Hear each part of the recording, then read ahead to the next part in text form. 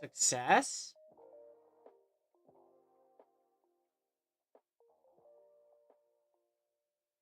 Success! We did it. We did it. We did it. We did it. We did it. Nice. Okay. All right. Tragedy averted. Everything is great. Everything is awesome. And let's do it one more time. Yo, what's good, gamers? My name is Dr. Ryan Terrell, Psych Sensei. Welcome to the stream, baby. Welcome to Reading with Ryan. Today we'll be covering a nerdy article where I'll be reading it and trying to get you all the little nuggies for you to use it, incorporate it into your life, so you can be a better, more regulated learner. At least I'm hoping. If everything is still working, that is not working at all. If you want to learn more about me, please visit my website, psychsensei.com, for all of the resources. I'm just going to steal the intro from last time. That was a killer intro.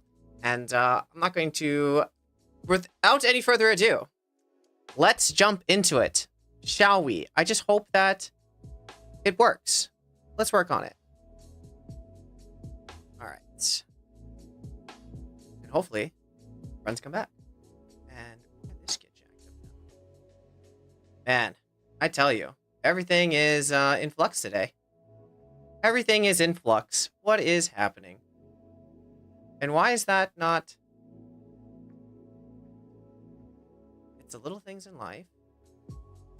Like, the first do. Or turning on your computer and everything working. You know, like, that, it's the little things in life. I'm telling you. It's not about big, awesome things. It's about the little things. The little things. All right. So we got it, baby. We got it hot off the press. I'm super stoked for this article. I'm not gonna lie. My friends on the internet allowed me to get this. So shout out to everyone that has helped me. Pocket Psych, Zoltek, Dr. Jeth Seni, or Seth Jenny. Thank you for allowing me to have access to this. I'm not gonna lie, I saw it and I was like, ooh, you know what? $20 is kind of steep to read it. I will wait for it to get free. But then my friends had the ultimate alley-oop and helped me acquire this article. So shout out to them. Shout out to the scientific community. Today's article is entitled Between Rounds, Verbal Communication in Expert and Non-Expert Esports Team Players. I'm very excited because there's a lot that can be said between rounds that affect people, or you can tell a lot about where somebody is in their mental battle or whatever in between the rounds, like their mental state and what they're focused on, what they're not focused on, what's distracting them, what's irritating to them, all those things. So I'm really stoked that we get some actual scientific evidence. And this is produced by Eldadid. I like that. Eldaddy. And Tenenbaum. Easy. Crushed it. And this is coming out at you from... Let's see what they tell you. Oh, where are these guys from? Ariel University and Reichman University. I have no idea where those two schools are, but this is literally 2025, baby. We are crushing it. All right, so I'm not going to read the abstract. Let's just jump into it, right? All right. Esports have emerged as a global phenomenon, with competitive gaming growing in complexity and professionalism. However, the dynamics of team communication in virtual environments present unique challenges that warrant further investigation. While effective communication among team players in traditional sports has been well documented, the virtual nature of esports introduces new variables that may impact team performance. Absolutely. It's different. Like, esports and traditional sports are inherently two very different activities. And probably because the environment in which people are participating in it, either physical or digital, dictates the communication and communication patterns between players, what communication techniques they tend to utilize, and what communication patterns are actually lost because you're doing things virtually. For example, oftentimes you will never see or you rarely see your teammate's face. Or sometimes you may not even hear their voice depending on the game. You may only be able to type to them, and that's it. And of course, as you know, through text, you lose tone, you lose prosody, you lose speed, lose tempo. So you're just reading people's messages in a virtual environment. And then if you're playing on a team, sure, you may have cams like this. You may hear their voice, but you aren't allowed to touch them. You know, you can't high five them. You can't use physicality as a piece of communication. Versus traditional sports, you can touch them, you can push them, you can see their face, you can hear what they sound like, you can infer emotion. There's a lot of communication that's going down, and it gets lost in esports. It's actually kind of lonely sometimes. But the environment in itself dictates a lot of the actions and behaviors and methods of communication that you can't even use. So even though sport competition, the way you compete, the way you communicate, vastly different. This exploratory study was to,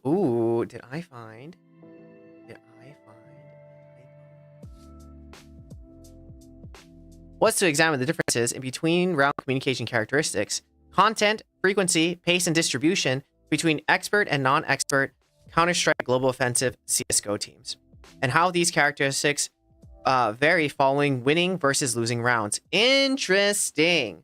Okay, so is there a difference between these things, between experts and non-experts in CSGO, and the difference between winning and losing rounds? Interesting. Because, yeah, I'm guessing between rounds, if you win, you're like, woo, we won, let's go get shit. And if you lost, maybe it's quiet and talking about the shoulda, coulda, wouldas, and why don't you do these things, and I'm irritated. The theoretical foundation of the study is grounded in team-shared mental models. Ooh, team-shared mental models. I like that. Theory, which posits that team effectiveness depends on members developing both shared mental models, overlapping knowledge, and complementary mental models, distributed, specialized knowledge. For example, your position. So overlapping. So again, not again. So I guess like the shared mental model, that would be like your approach or the way that you want to play the game. For example, in League of Legends, it's like we have a late game scaling team composition. Okay, does everybody know how to play a late game scaling composition like this one? Or do we all have different understandings of what late game and scaling means, for example? Or if it's a CSGO model, a CS2 model, maybe it's like, okay, we know how to play Inferno. Okay, and then the shared mental, wait. That's a shared mental model. We know how to play Inferno, or how to, in general, play Inferno or this map.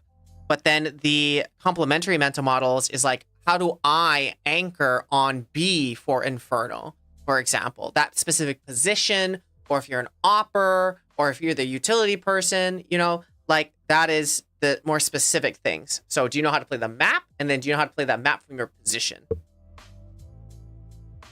I'll put that in yellow. Maybe not. Maybe I'll put it in pink.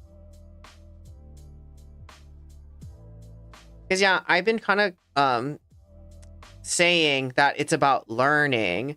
At the same time, yes, learning is creating mental models. And what a mental model is literally a model in your head of how do you work and understand that thing, you know? And that is basically learning from a different perspective. You can create a mental model, understand how the model works in real time. That's learning. All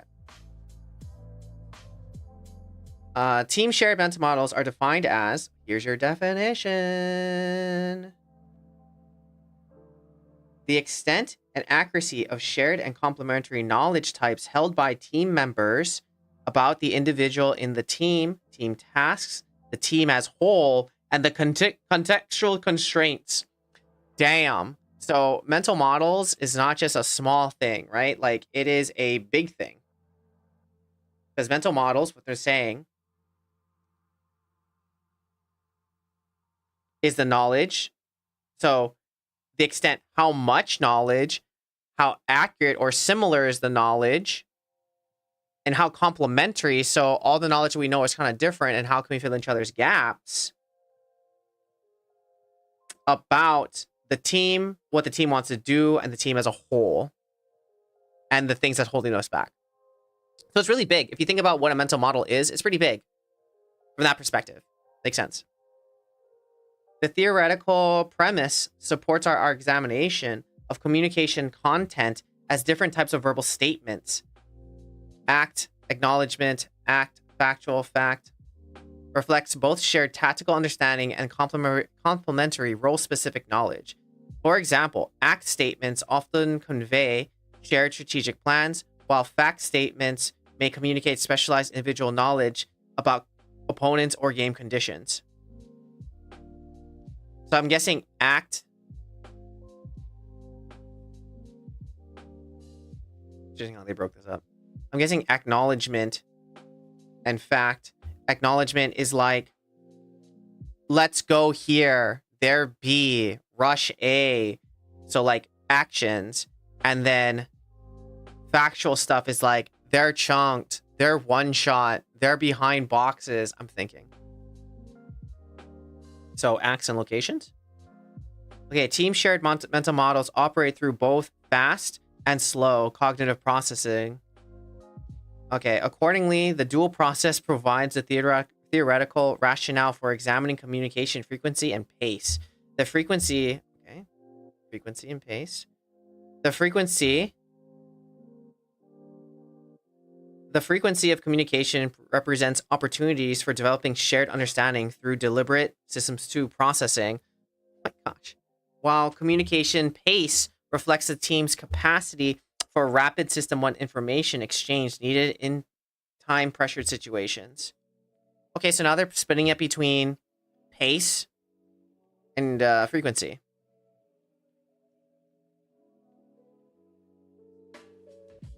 Frequency of communication. Okay.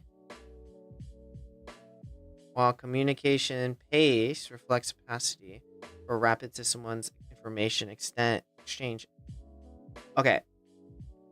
Would be a really a more interesting, another interesting study that would be really cool would be looking at the different paces between games. Like, for example, the pace of information in CSGO or CS2, which is much different, for example, than the pace of COD. Oh my gosh. You know what I mean?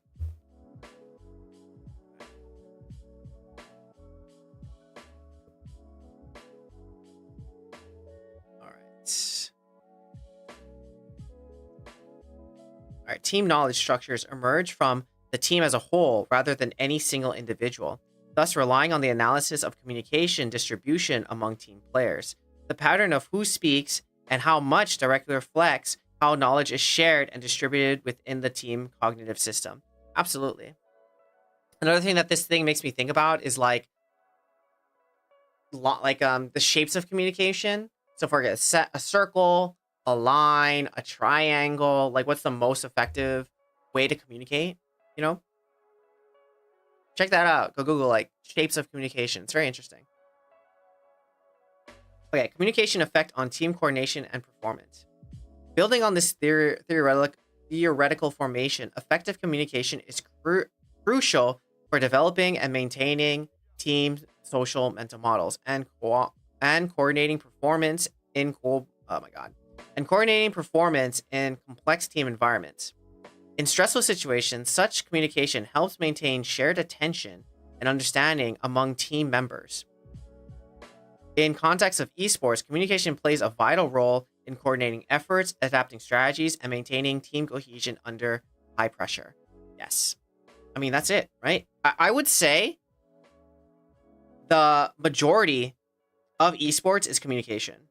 What you say, and more importantly, what you don't say, like, makes or breaks the team, in my opinion. Because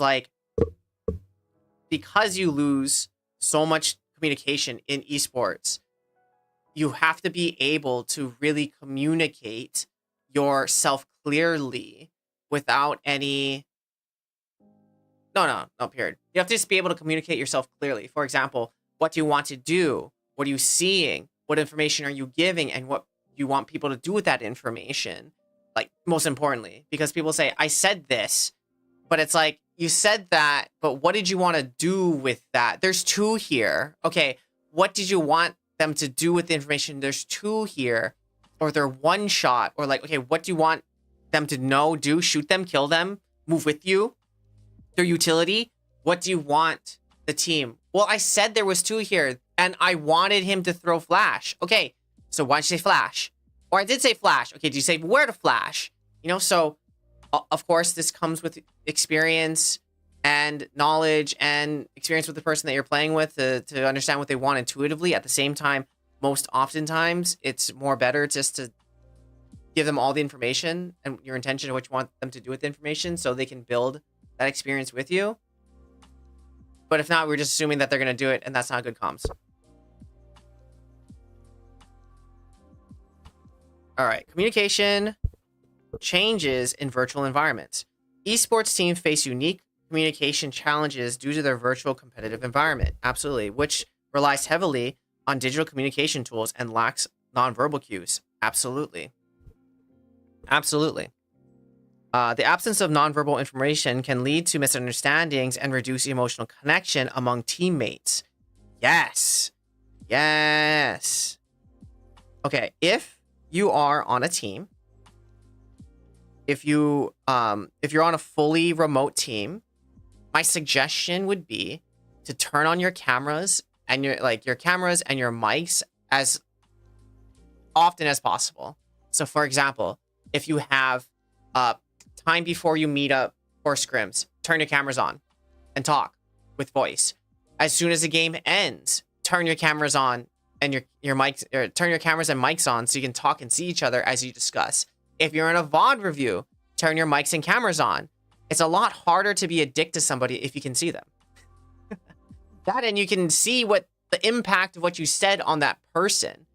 You know, I don't know what it is, but being able to see that person and talk to them in real time, you actually connect with them more. So being able to create these small little moments of connection between each other during the game, after the game, during review, is really important, because the more ways of communication we can inject into your scrim, the team will feel better. You probably will make relationship faster. You probably be less dicks to each other because you can see each other. So any way that you can increase face-to-face time or use more modes of communication than just voice or text, the better for relationship. Okay, to compensate, oopsie poopsie. To compensate, esport players must rely on explicit verbal communication, requiring them to be clear, concise, and specific in their messages to ensure accurate understanding of the situation and the maneuvers ahead of them. Yes. Yes. Oh my fucking god. Yes. Okay. There's this thing in... There's this... Like, what this reminds me of is, like, in psychology and communication, there's this thing called high and low context communication. It's, like, one of my favorite theories. I almost wrote my thesis on it because it's like, oh my god, this is my entire life. Right? Okay, so let's break it down.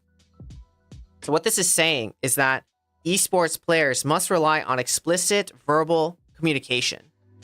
So what I'm thinking about that is, like, if you're using explicit verbal communication, requiring them to be clear, concise, and specific in their messages to ensure that they get caught or whatever, right?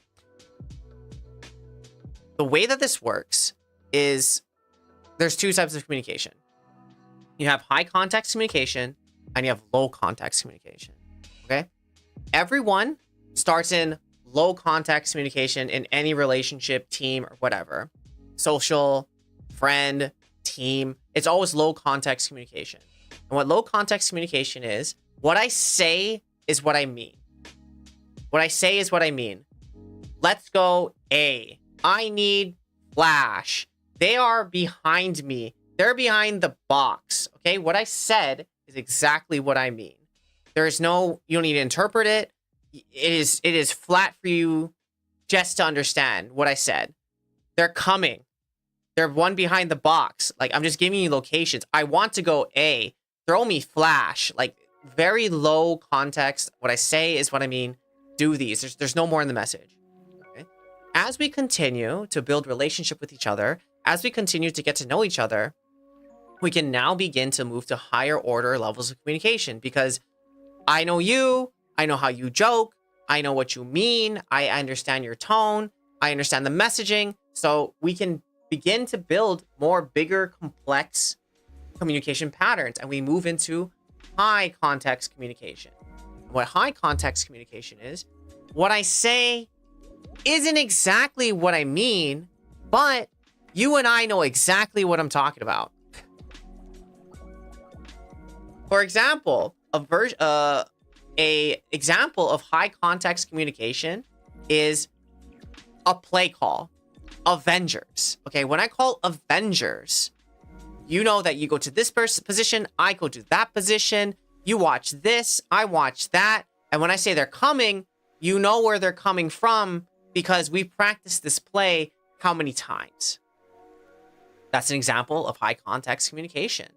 Or another example of high context communication in relationship would be, hey babe, is everything okay? What's wrong? And they hit you with the, nothing. First of all, something's wrong. Let me save you a little bit of headaches, okay? If your partner ever tells you nothing after you ask them, hey, how you doing? Is something wrong? And they say, it's nothing. I'm fine. You double check that. You double check that. You go, what? Are you sure? I feel like nothing's fine. It's okay. Your spider senses must be tingling because nothing's okay. Nothing's okay. It is a trap. That's all I'm saying. That's another example of high context communication. They're saying something, I'm fine, but you know that it means something else. Okay? My favorite example of a high context communication pattern is the Asian offer. If you're not friends with Asians, if you haven't heard of Asians, if you haven't interacted with Asians, we do things a little bit differently. Okay? Or at least in Hawaii, where I grew up, we do things a little bit differently. Okay, so here's the example of an Asian offer. Say we are eating a pizza. Hey, imagine your favorite pizza, maybe Costco. I don't know, Papa John's if you got that money. Fair. All right, you're eating a pizza. It comes down to the last slice. All right, it comes down to the last slice of pizza. And someone asks, say we're eating it. I ask you, yo, you want this last slice of pizza? What am I saying to you? Low context would say, yo, you want this last slice of pizza? This would mean, low context, I'm asking you, do you want this? Really, do you want this last slice of pizza? And now you can take it or not. But if you're with an Asian, all right? You're with an Asian, and they ask you, do you want this last slice of pizza? What are they asking? Hint, they're probably using high context communication. Okay? And they're probably telling you, do you want this last slice of pizza? But, and outwardly, they're asking you, right? Do you want this? But the high context communication pattern here is they're asking you, do you want this last slice of pizza? I'm asking you to be polite is the high context. But by me asking you, do you want this last slice of pizza? I'm telling you that I want it. But I would never be so rude to be grabby to grab it. No. That wouldn't be polite. Okay? First of all. Secondly, I'm not going to just say, this is my pizza. No. You wouldn't do that either. You have to be polite about it. So you would ask, does anyone want this last slice of pizza? And if you know, because you're Asian or you're in my friend group and you're a part of this high context communication, you would know that I'm saying I want this. So what you are supposed to say is, oh, no. I'm so full. Because you don't want me to embarrass me, right? Because you know that I want this. And because I asked you, do you want this? You now know I want it. So you're not going to say, I want it. No, this is mine, right? So the high context exchange is, does anyone want this last slice of pizza? Which means I want it. Don't take it. And all y'all We in the high context club say, no, no, no, no, please take it. And I go, oh my gosh, no, thank you. Again, what they're saying, but they're not saying. High context, right?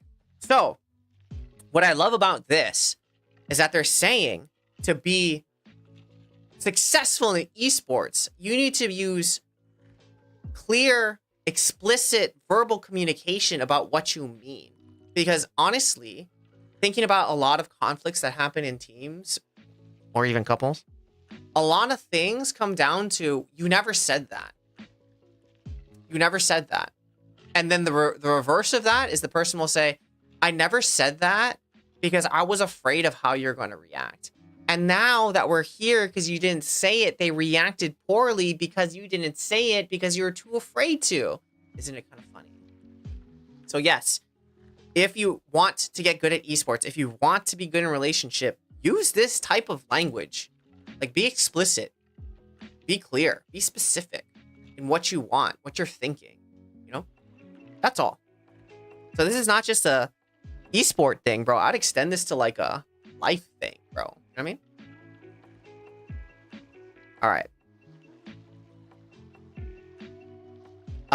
Expert versus non-expert team paradigms. The expert non-expert paradigm employs the study. The expert non-expert paradigm employed in this study allows for a comparative analysis of communication characteristics between skill levels. We were to identify the strategies that differentiate high-performing teams the strategies that differentiate high-performing teams and inform best practices for esports coaching and training.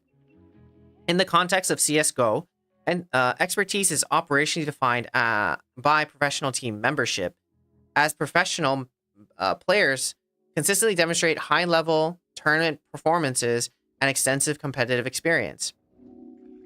Further details on the criteria for classifying participants as experts or non-experts are provided in the method section, while a theoretical framework establishes team shared mental models as a foundation for understanding team communication. The operational approach of this study builds upon and extends Lostick et al.'s work on intra-team communication in sports. Okay. Their methodological framework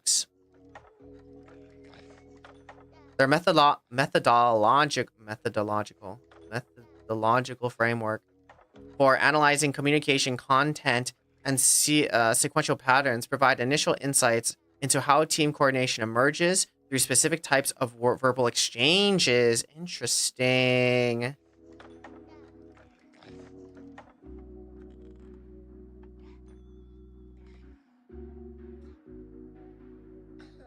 Fascinating. Okay.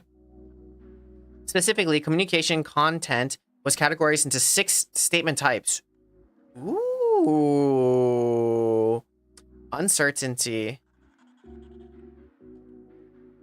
What? Non-task. And emotional motivational. Uncertainty. What is this? 1, 2, 3, 4, 5, 6. Uncertainty, non-task, and emotional motivational. I feel like we're missing 2. All right, well. UNC refers to questions or statements reflecting UNC or seeking clarification, such as asking, should I push B site or hold mid? Ooh, I like that. Or where was the enemy sniper spotted? Act includes direct. Okay, this is how they're defining it. Okay. Questions or statements.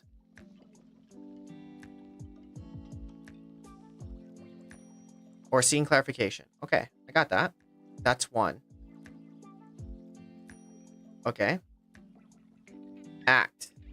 Okay, act is direct statements about intended acts or strategies, such as declaring, I'm flashing a site. Okay, what they're doing. Oh my god. I was ahead of my time. And this is what I'll show you. I was ahead of my time. Sorry, Dobby. Bro. This is so Crazy. I will show you this. I created this.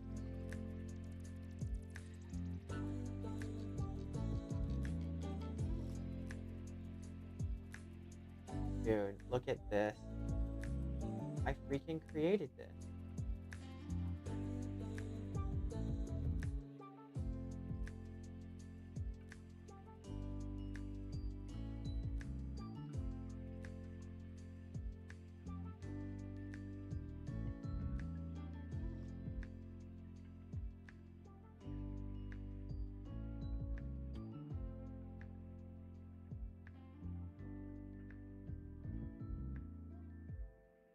My God. Bro. Okay, where is it?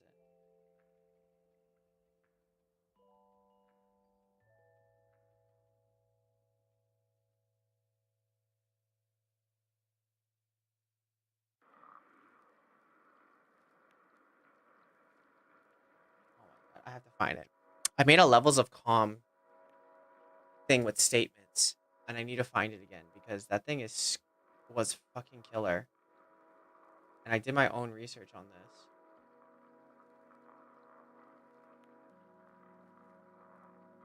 I'll be so sad if I deleted it somewhere. Because I wanted to create something. And I was gonna do it with what's your face? I was going to do it with one of my teams, and then they told me that these calm things wasn't useful. I was like, damn. But it's so important. I'll find it later. But that's so funny. I literally did my own self-study on this, and I called it levels of comms. But they did this. That's great. Okay. All right. ACT represents short, confirming responses that affirms understanding, such as reply, copying, got it. Which also is kind of high-key important. Got it. Heard.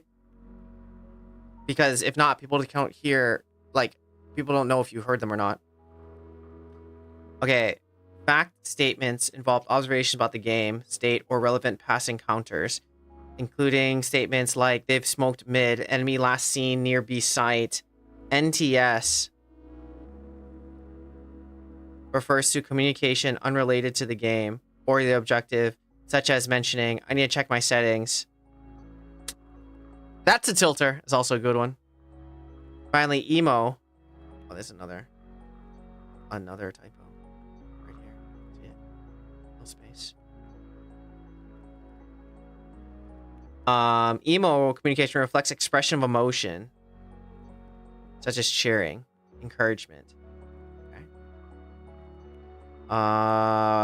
Or stay calm. Okay. I mean, that makes sense. They're all emotionally based things. Okay. We expand this approach by adding analysis.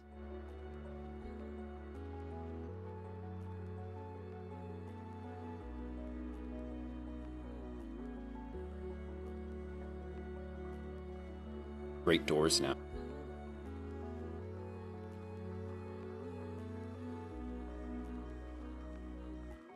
Yeah, we expand this approach by adding analysis of communication frequency.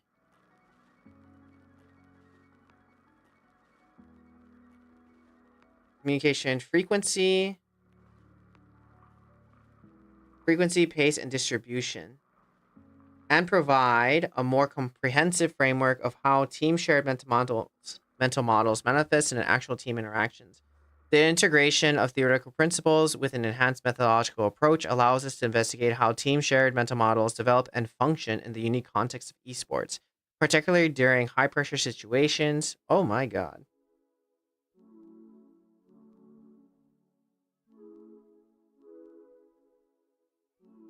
And function in unique context of esports, particularly during high pressure situations where effective coordination and rapid decision making are crucial. Furthermore, the distinction between in-game and between round communications has not been considered. Okay, sick. CS:GO, a Counter-Strike low offensive game. CSGO involves 2 teams of 5 players competing against each other on a virtual map. The objective of the game is for the attacking team, Team A, to plant the bomb and one of 2 designated sites, while the defending team, Team B, attempts to prevent the bomb from being planted or defuse it if it has been planted. Each match consists of 30 rounds, with teams switching roles. Oh, that's so long. Now it's only 13. So 26. With teams switching roles after 15 rounds. The team wins. The first team to win 16 rounds is declared the winner. The duration of each round is 1 minute and 55 seconds, followed by a 15-second interval that allows teams to strategize and prepare for the upcoming round. A crucial aspect of this game is its economic systems, where teams earn in-game currency based on their performance. Players receive monetary rewards for beneficial acts, eliminating opponents, and team objectives, e.g., winning rounds by planting the bomb. The currency is used to purchase weapons and equipment at the beginning of each round, requiring teams to make strategic decisions during the between rounds interval to maintain competitive balance. Teams that lose multiple rounds consecutively receive additional monetary compensation, introducing another strategic element to the game. The economic decisions substantially impact team strategy and communication, as teams must coordinate their purchases and tactical approaches based on available resources. Yes, that makes sense. That was like a well concise couple paragraphs of CS:GO. That's great. That is great. Take notes. All right. Communication dynamics in CS:GO. Teams. In CS:GO, effective team communication is fundamental to competitive success. Intra-team communication serves multiple functions, including coordinating acts, sharing vital information, fostering interpersonal bonds, and aligning team members towards common goals. You know the craziest thing, too? In my opinion, one of the craziest things is like working on an international team and everybody speaks their native language. English may be their first, second, or third language, but they play in English. That blew my mind.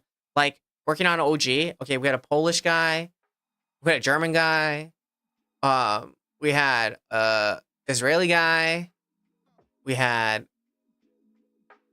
a guy from Copenhagen, and they're all speaking English. It was so crazy. So crazy. And then they tell me I'm so American. Brian, you're putting ketchup on your eggs. It's so American. And it's good. So American. But they did. So it's a funny story. I would bring with me on like these work trips to overseas. I would bring my own pharmacy because I don't know. Like just in case I got sick or like felt under the weather. I don't know what to buy overseas for drugs, right? So I'd bring my own like, I don't know. Dayquil, NyQuil. I brought Mucinex. I brought allergy medicine. I brought like Tylenol.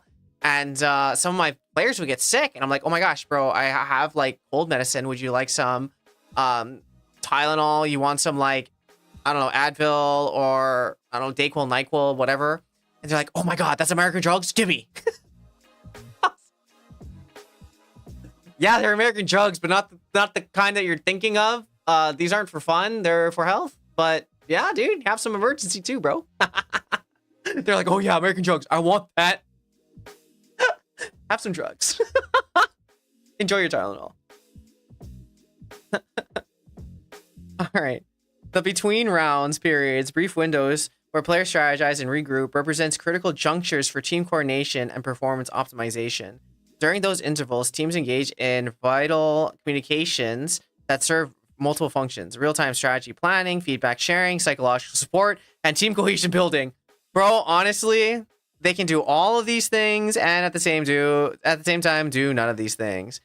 So I think at the same time, it's almost crucial to have a like structure for the in-between rounds, because I'm going to guess that when they do the effectiveness of comms, they're going to say something to the effect of like, if they're talking about past things, how terrible they are, the shots they missed, I would say that's probably more novice stuff, because I think when you get to a higher level, you're thinking about the next play or what you need, how many kills you need to get a better gun or have a better economy, or maybe you're thinking more strategically versus emotionally. So I think that would probably be the biggest difference.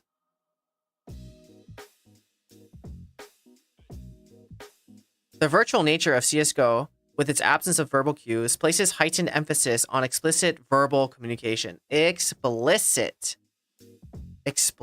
verbal communication. This unique context necessitates examination of key 4 communication characteristics. Oh, baby! They're giving you the cheat sheet. They're giving you the cheat sheet. 1. Context. The substance of information exchange ranging from tactical calls to motivational support. Frequency. The proportion of available time utilized for communication measured as a percentage. Pace. The rate of information exchange quantified by word counts per second, exemplified in expert players' rapid tactical callouts. Again, Rush A, Eco Round, Default. These are all higher order level, high context calls. To convey complex strategies rapidly, and distribution, the pattern of verbal communication across team members measured as proportional speaking time. Okay, I like that. I like how they broke down those 4 things. The craziest part is we may not even get to the study. That was wild. But hey, we spent a big chunk of time fixing this stream, and we did it. We did it, man. That's the main thing. It's about the little things, fixing the stream, having a good time. The little things. All right. This exploratory study aims to examine the differences in between round communication characteristics, content frequency, pace, and distribution between expert and non-expert CS Go teams and explore how these characteristics vary following text content, particularly in act-oriented, act-back, and emo statements, facilitating both strategic alignment and role specialization. C. Expert teams will maintain stable communication patterns regardless of round outcomes, while non-expert teams will show variable patterns following wins versus losses. Trust me, they do. They do. Holy shit, they do. Okay. This reflects team experts' ability to maintain coordinated mental models across varying contextual conditions. And D. Expert teams. Expert teams will show more evenly distributed communication among team members, supporting team-level cognitive emergence and effective coordination. E.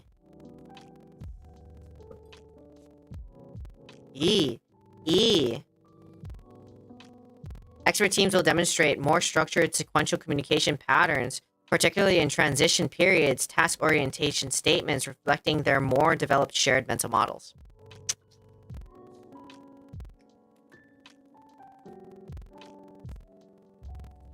I haven't ever thought linking mental models to something, but more and more now, I'm thinking maybe when I think as an individual, maybe I'll use the word learning. But then when I think I work with a team, maybe I switch language to shared mental models to emphasize team learning versus just a regular mental model for the individual. Maybe that would be more helpful. Hey, stop licking your feet. Stop eating your feet. Okay. All right. Previous research suggests expert teams relative to non-expert team demonstrate more frequent, concise, and act orientation communication while maintaining team cohesion under pressure. In contrast,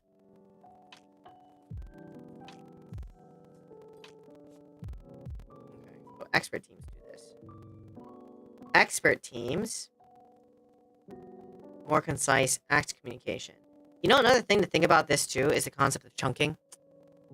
Because if you have, basically, your mental model, as it grows, it gets just more dense, right? So, for example, you might have a very simplistic mental model of, like, animals. But as you continue to learn animals, it gets bigger and bigger, more dense. For example, you think, okay, animal. Okay, dog. Dobby. Dog.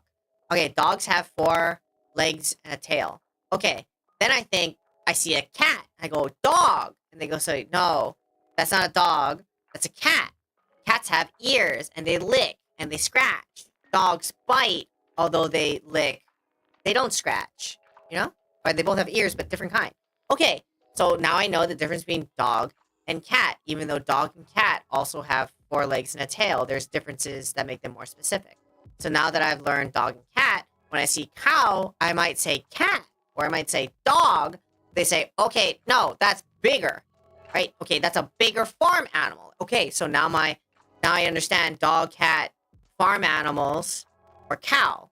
And so now my understanding of animals are getting bigger and more concise at the same time because they get squished down, they get more dense, so you can pack more information inside.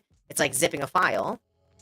And so as it gets more condensed, as it gets pushed down, kind of like I guess like making a star or whatever. But basically you're just making your mental model more dense, more heavy, thus chunking the information together so you can always put more information in without needing to hold a lot together.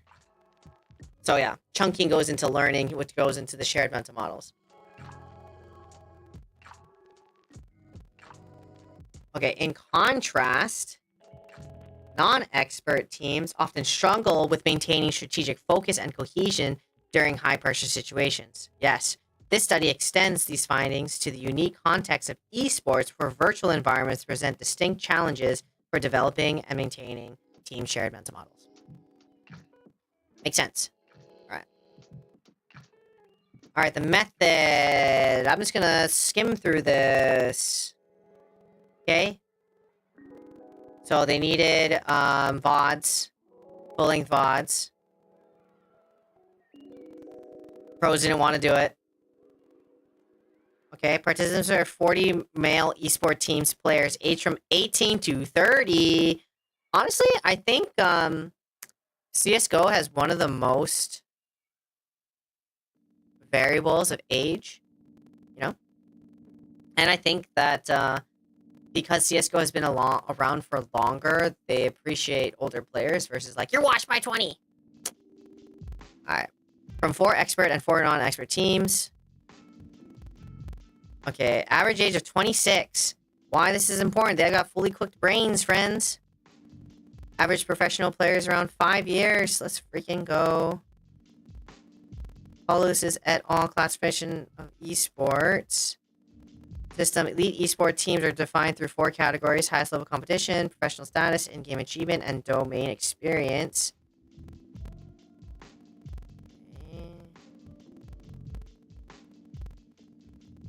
Okay.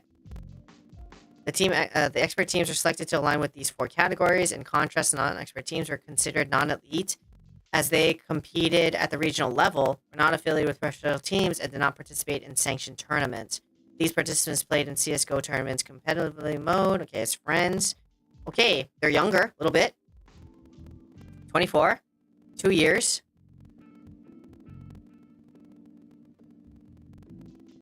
Alright.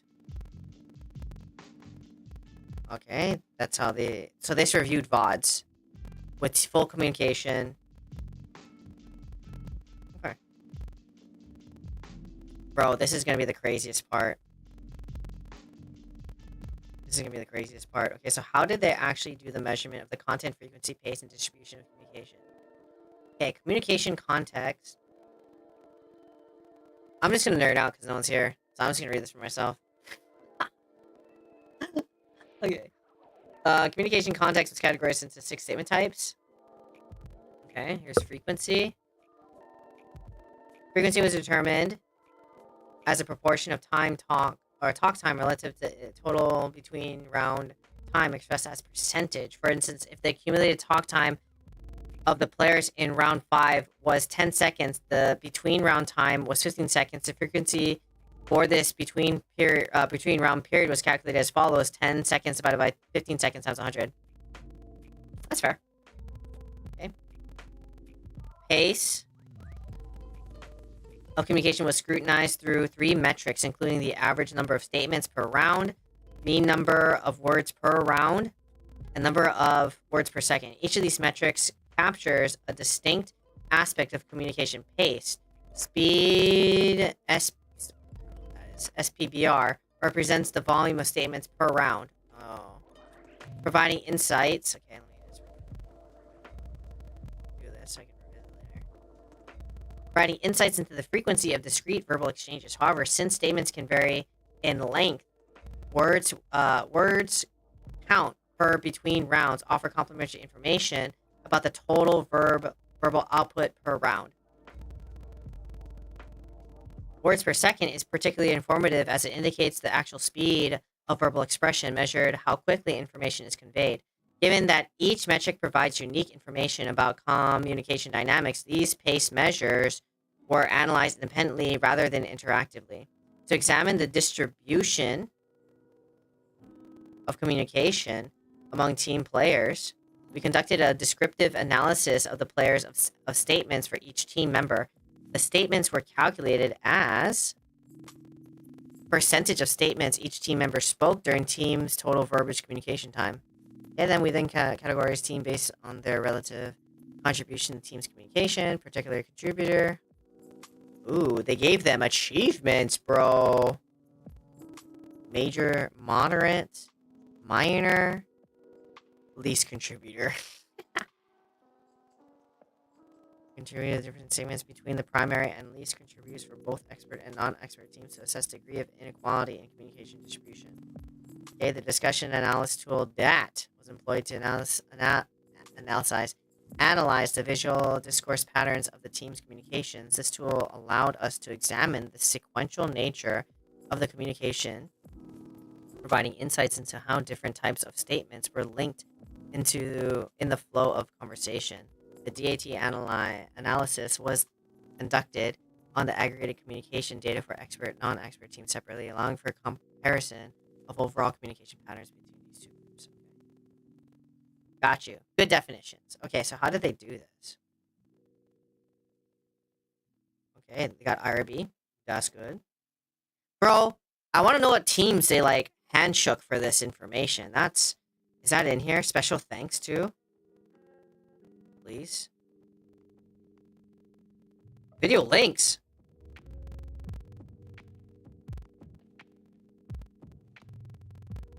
What? Can we actually look this up? No freaking way. Let me try to do a quick Google search. Shut the freak up. Actually, even easier. Even easier.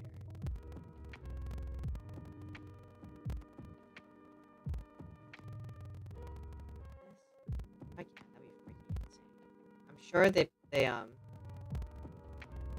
they made it private, right? Dude, they use Navi. What? Navi. Okay, what else teams do they use? Thanks, Navi. Okay, Navi. I'm low-key freaking out. I thought they were gonna be like different teams. Okay, Navi. That's so nuts. You can actually see these. This is Fnatic versus Cloud9. Okay, these are a long time ago. These are like 2015 though. These are very old. I mean, the study is kind of old because CSGO is no longer. Okay, this is Fnatic versus Cloud9. And then this one is... Wow, that's nuts. This one is... Luminosity versus Envy. Oh, boys. What Cumberland? Wow, I didn't know that they had full... Oh, this is ESL archives. That's cool. That's cool. Well, if you want to go and actually look at the videos, you can totally do that. These are online. They're very old. They're from the 2015, but can't see them, bro. Okay. Alright, they got IRB. They coded. 2 coders did all of this? Man, I bet you they got paid peanuts, bro. 2 coders? That's freaking insane. Wow. Okay, they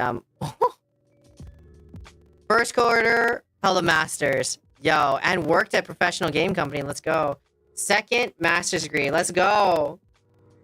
I literally thought there was gonna be undergrads. Not gonna lie. I thought undergrad got abused for this, but yo, masters, thanks for doing it.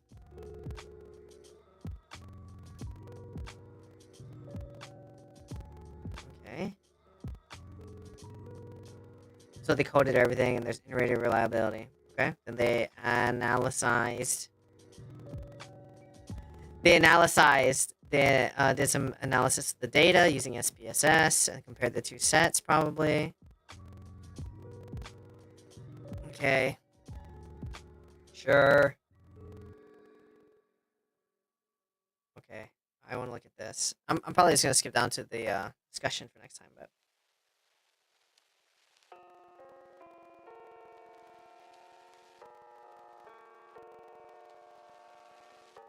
The statements comprise a total of 5,000 words. Damn. Okay. Emotional. The highest, lol. Then facts. Okay.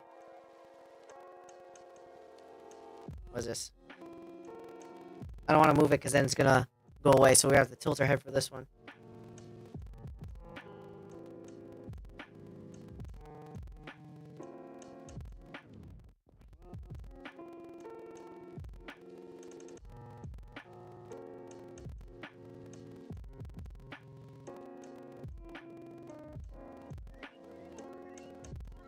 Whoa.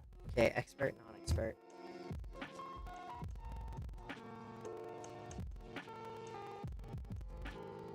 Interesting.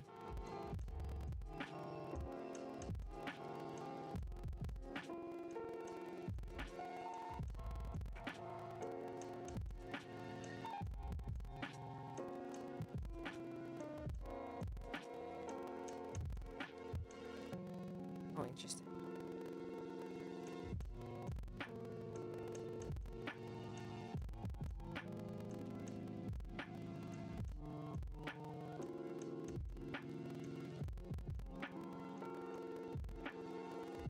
Emo statements. Averaging 1.32 statements. Interesting.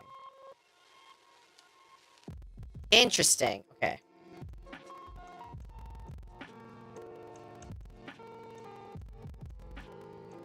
Alright, I think I save results.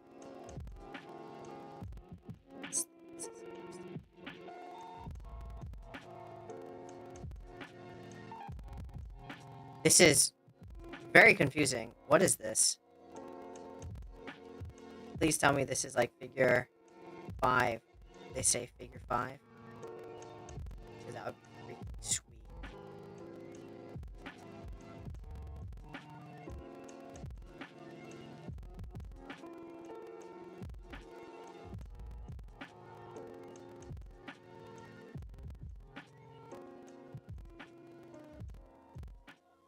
Is this an actual flow of how many statements got made? And then how they use this? Where's figure 5? I want figure 5. Show it to me.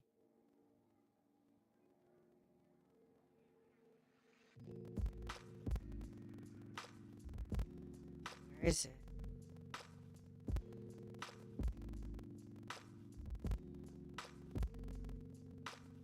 Where's figure 5?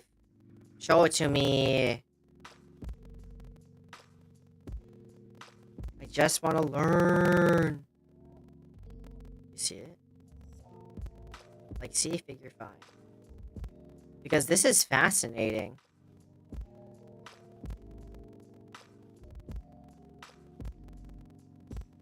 What does it mean? Oh, here it is, figure 5. Fuck yeah. Okay. Okay, the analysis of between rounds communication among esports players using the DAT yielded a separate categorized context analysis for experts and non-expert teams within 6 identified categories. Okay. The analysis of communication patterns revealed notable differences between expert and non-expert teams. In expert teams, the most frequent transitions were... Oh, this is actually really interesting. Or to act statement suggesting a strong focus on coordinative, suggestive, task-related activities. Act statements are also commonly transitioned from emo act and fact statements. Unstatement in expertise mostly frequently led to act statements, demonstrating a pattern of acknowledgement and addressing unknowns. Fact statements had balanced transitions to act and ak, and other fact statements. In contrast, non-expert teams exhibited different communication patterns. The most frequent transitions were from emo to emo statements. I feel bad to I feel bad statements. That's so fucking funny. And indicating a greater focus on emotional content rather than task orientation communication. NTS statements were also more prevalent in non-expert teams, often transitioning to other NTS or emo statements. While act-to-act transitions were still common in non-expert teams, they were less dominant than in experts. Fact statements in non-expert teams most frequently led to act statements. That makes a lot of sense to me, honestly. I think that is actually huge.